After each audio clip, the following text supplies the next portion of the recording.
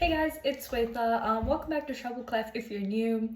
Before I begin, a quick introduction. I have been dancing since I was 6 years old. I've trained in 6 different styles of dance. I have been trained in several different studios, the current ones being Millennium Dance and Playground LA. I've choreographed for art and wind festivals, cultural competitions. I teach little kids 3 to 8 years old how to dance. So yeah, I dance is one of the bigger hobbies in my life, and and it's been a big hobby in my life since a young age. And one question I know that a lot of people ask their coaches or search up on the internet as a dancer is, how do you make it out to the professional dance industry from where you are at the moment? So that's what this curriculum is going to be about. What are auditions like, how to get an agent, how to make a dance reel, what's important when you go out into the professional dance industry, how to choreograph, just all the little nuts and bolts you need to know to become a professional dancer and make it out into the dance industry.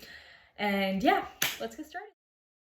Okay, before I actually begin talking about what I'm supposed to be talking about in this video, I just want to mention that the dance industry is extremely difficult to get into. And I'm saying extremely difficult, like similar to the music industry and the film industry.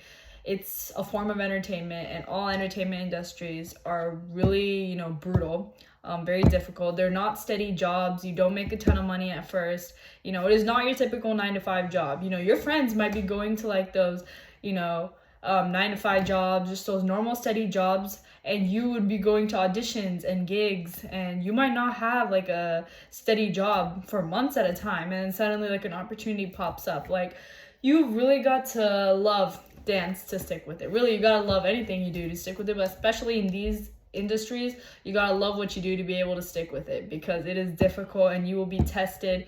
But if you push through and you work hard, you will make it far. Okay, so let's get started. All right, so to become a dancer, you gotta know what kind of dancer you want to be. So there are mainly two types of dancers: commercial dancers or company dancers. Of course, there's always going to be gigs or jobs that don't fall within these two descriptions, and there's also choreographers and teachers who aren't exactly either. But mainly the two types of dancers fall under commercial dancers or company dancers. And so commercial dancers are dancers you probably see in music videos, movies. They'll be on tour. Commercial dancers earn their money through commercial projects. They're freelancers and work on a project basis. They're not exactly employed by anyone. They pick their projects, they dance, and they look for new ones. Company dancers, on the other hand, are hired by a company to dance for a set number of years with their company on tours or whatever.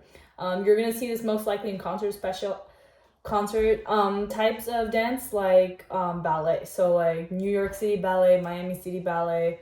All these are like company dancers. So a question that's asked a lot is formal training necessary to become a dancer?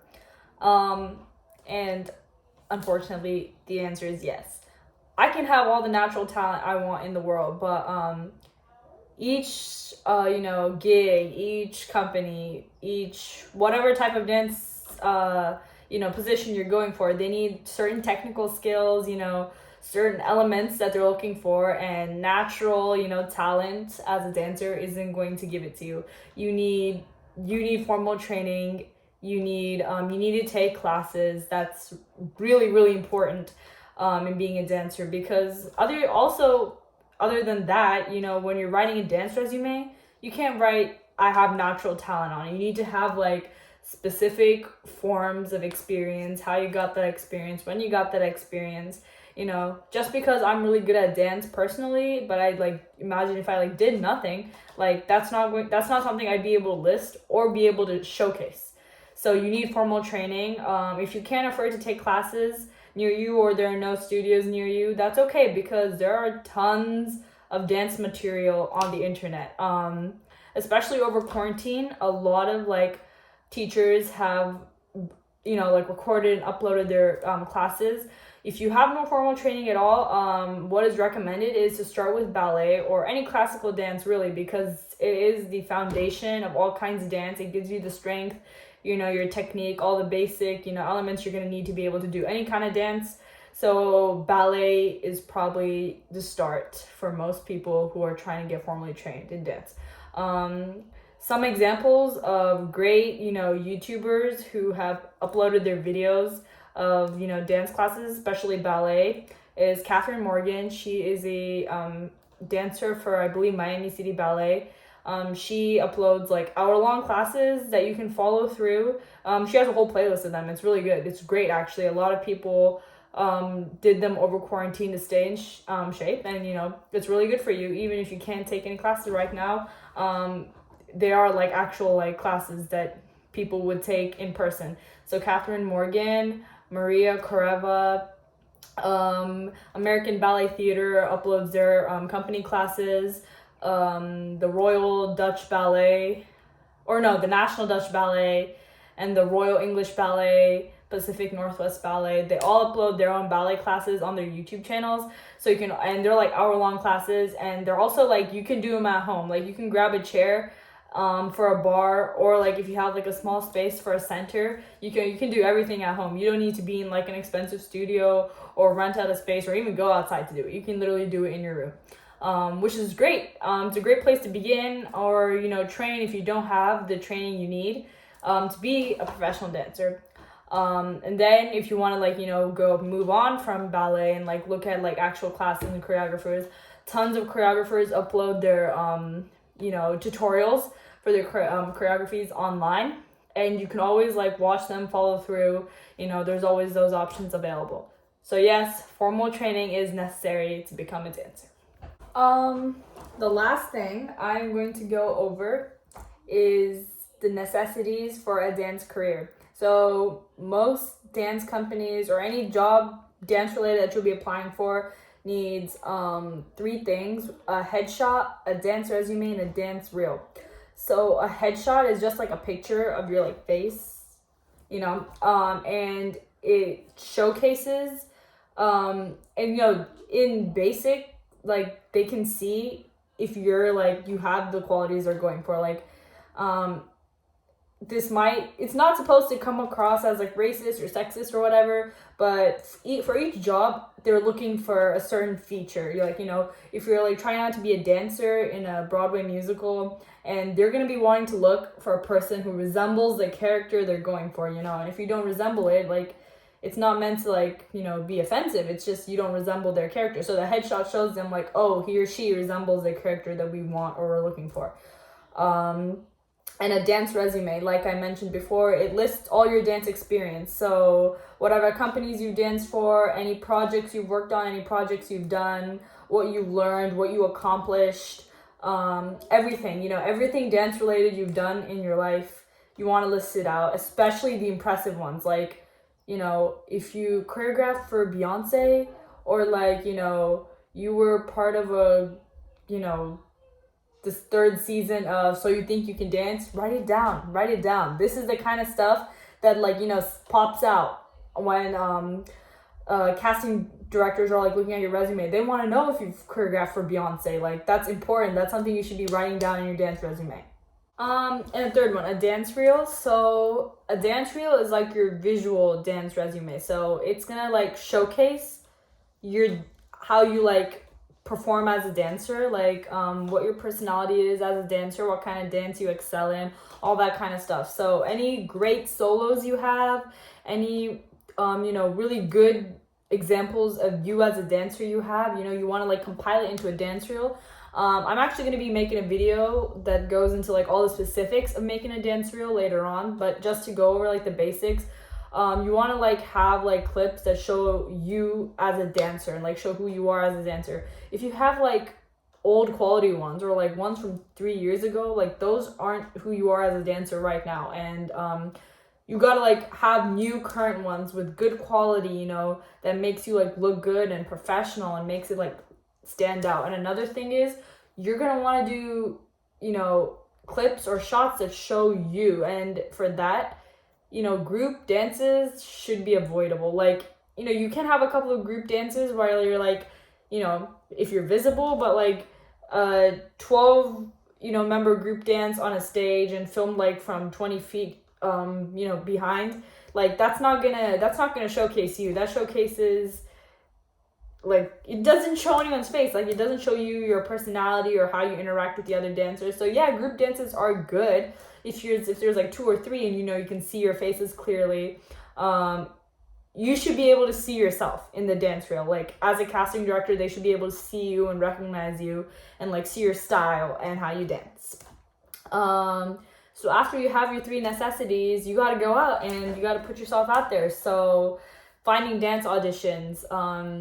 Dance auditions are always posted on Instagram, Facebook, Twitter, whatever social media app you're on. You'll be able to find some dance auditions. Big ones usually are in LA and New York. So living there in these places, you're going to find them more than if you're like in Idaho or Nebraska or some remote place that doesn't really have all the, opportunities you're going for. But of course, there's always going to be opportunities everywhere. You got to build yourself an online presence first. First of all, put your clips of dance and stuff on your Instagram, make yourself visible as a dancer, because in this time and age, you've got to make yourself, have a presence online if you're going to want to make it into the dance industry, because it is competitive, it is cutthroat. And if you have, your experience and, if you portray yourself as a dancer on your social media websites, not only is it easier for you to find casting opportunities, it's also easier for other agencies and directors to find you.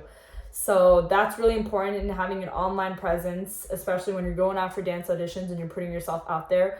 There are 3 types of, auditions you can do. There's self-submit, open call, and through agencies. Self-submit is when, you're looking at your own projects, you're researching them by yourself, you're figuring everything out. Open call is just, they'll like, for example, like Netflix will post, oh, we're looking for 3 backup dancers in so-and-so movie. And then you'll be like, oh, okay. So then you'll like show up at their audition and, you'll perform, you'll give them all the things they need to see. And there's through agencies. Getting an agent in the dance industry is also hard. I'll also be making a video about that. But some agency groups like Block, Clear Talent Group, there's a lot of dance agencies out there that like, take you in and they'll give you opportunities. And usually dancers with agents get first priority. I'm sorry to say that, but it is true. Dancers with agents get first priority because they're advertised not just by you, but by another agent and agency. And that's their, job to be able to advertise you. So they'll know how to do it properly. And don't worry, we'll be going over that. So yes, these are all the necessities. It's just like the basics of, what it takes to get into the dance industry. You guys, going to class is important. You need that training to make it out to the dance industry. I can't stress this enough, how important going to classes and practicing and taking classes are. Classes. Go to workshops, intensives, anything new you can go to. Even if it's online, like if it's a live stream that you see on like your, favorite hip-hop dancers, account, like attend, do it, do whatever training you can, because you're gonna need all that practice if you're gonna make it out in the dance industry. Keep in mind, they're doing that like 8-9 hours a day for like 5-6 days a week. If you don't have enough practice, you won't be able to last that long. So you need all the practice you can get. And something that's important is going back to the basics. So it's always a little, we never want to like have to admit that we need to go back to the basics and like, go back to little kids ballet class and, remember how to like bend our knees again. But, we got to leave our ego at home when it comes to this, because putting in the work right now gets us into the industry later on. Like, we have to put in the work now if we want the results. So, we have to leave our ego at home and like go back to the basics when we need to. Just do whatever we can to get the training, get the material, whatever we can, so we can prepare ourselves really well when the time comes. That's how we make it onto the dance industry. Thank you for watching, and I'll see you next time.